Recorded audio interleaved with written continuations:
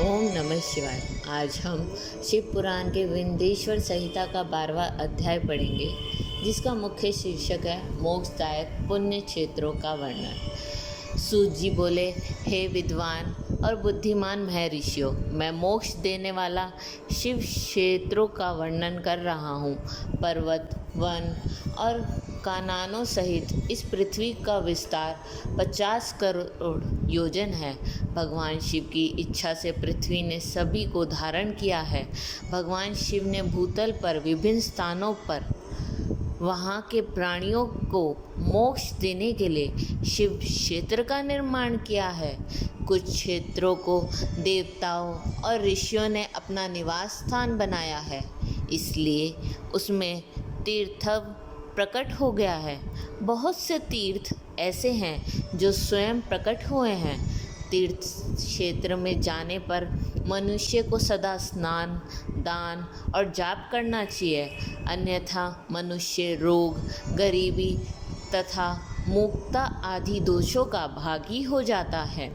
जो मनुष्य अपने देश में मृत्यु को प्राप्त होता है, वह इस पुण्य के फल से दोबारा मनुष्य योनि प्राप्त करता है, परंतु पापी मनुष्य दुर्गति को ही प्राप्त करता है। हे ब्राह्मणों, पुण्य क्षेत्र में किया गया पाप कर्म अधिक दृढ़ हो जाता है, अतः पुण्य क्षेत्र में निवास करते समय पाप कर्म करने से बचना चाहिए।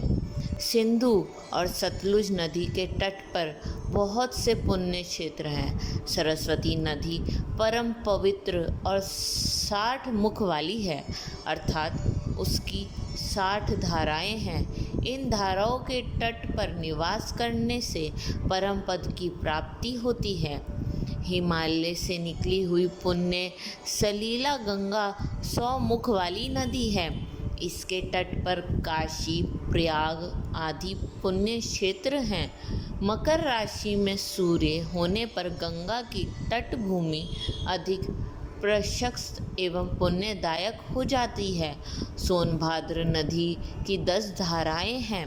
बृहस्पति के मकर राशि में आने पर यह अत्यंत पवित्र तथा अभिष्ट फल देने वाली होती है। इस समय यहाँ स्नान और उपवास करने से विनायक पद की प्राप्ति होती है। पुण्य सलीला महानदी नर्मदा के 24 मुख हैं। इस स्नान करके तट पर निवास करने से मनुष्य को वैष्णव पद की प्राप्ति होती है। तमसा के 12 तथा रेवा के 10 मुख हैं।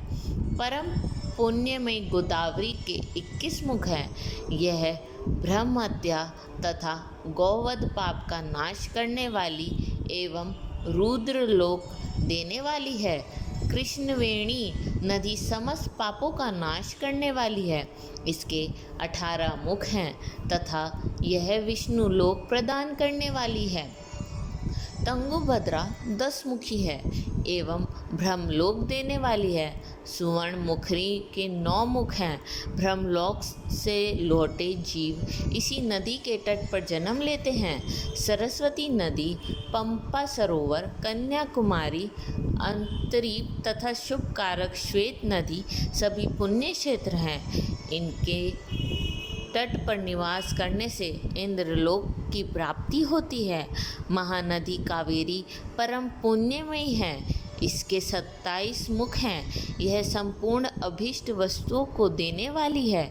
इसके तट पर ब्रह्मा विष्णु का पद देने वाले हैं। कावेरी के जो तट शिव क्षेत्र के अंतर्गत आते हैं, वह अभीष्ट फल तथा शिवलोक प्रदान करने वाले हैं।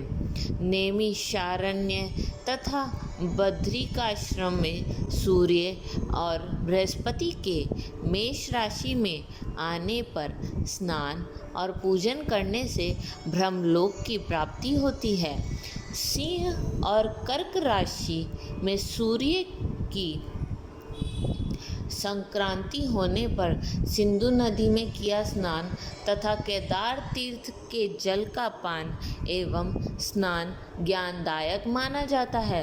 बृहस्पति के सिंह राशि में स्थित होने पर भाद्र मास में गोदावरी के जल में स्नान करने से शिवलोक की प्राप्ति होती है, ऐसा स्वयं भगवान शिव ने कहा था।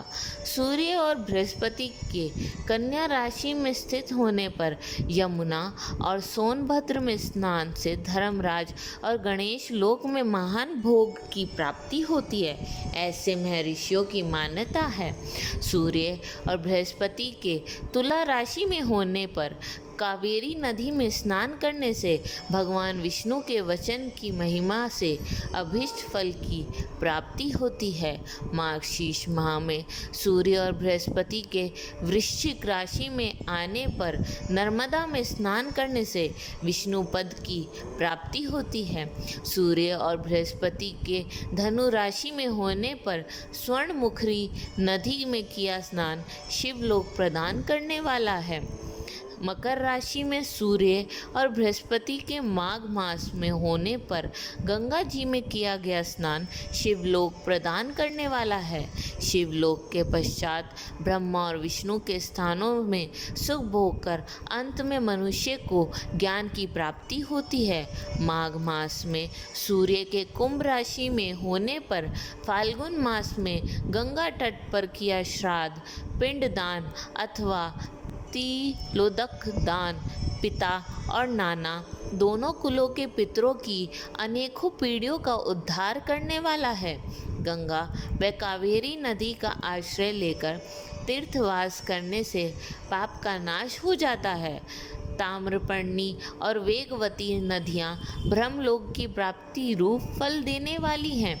इनके तट पर स्वर्गदायक क्षेत्र हैं। इन नदियों के मध्य में बहुत से पुण्य क्षेत्र हैं। यहाँ निवास करने वाला मनुष्य अभीष्ट फल का भागी होता है। सदाचार, उत्तम वृत्ति तथा सद्भावना के साथ मन में दया भाव रखते हुए विद्वान पुरुष को तीर्थ में निवास करना चाहिए, अन्यथा उसे फल नहीं मिलता। पुण्य क्षेत्र में जीवन बिताने का निश्चय करने पर तथा वास करने पर पहले का सारा पाप तत्काल नष्ट हो जाएगा, क्योंकि पुण्य को ऐश्वर्यदायक कहा जाता है। हे ब्राह्मणों, तीर्थ में वास करने पर उत्पन्न पुण्य कायिक, वाचिक और मानसिक सभी पापों का नाश कर देता है। तीर्थ में किया मानसिक पाप कई कल्पों तक पीछा नहीं छोड़ता, यह केवल ध्यान से ही नष्ट होता है। वाचिक पाप जाप से तथा कायिक पाप शरीर को सुखाने जैसे कठोर तप से नष्ट होता है। अतः सुख चाहने वाले पुरुष को देवताओं की पूजा करते हुए और ब्राह्मणों को दान देते हुए पाप से बचकर ही तीर्थ में निवास करना चाहिए।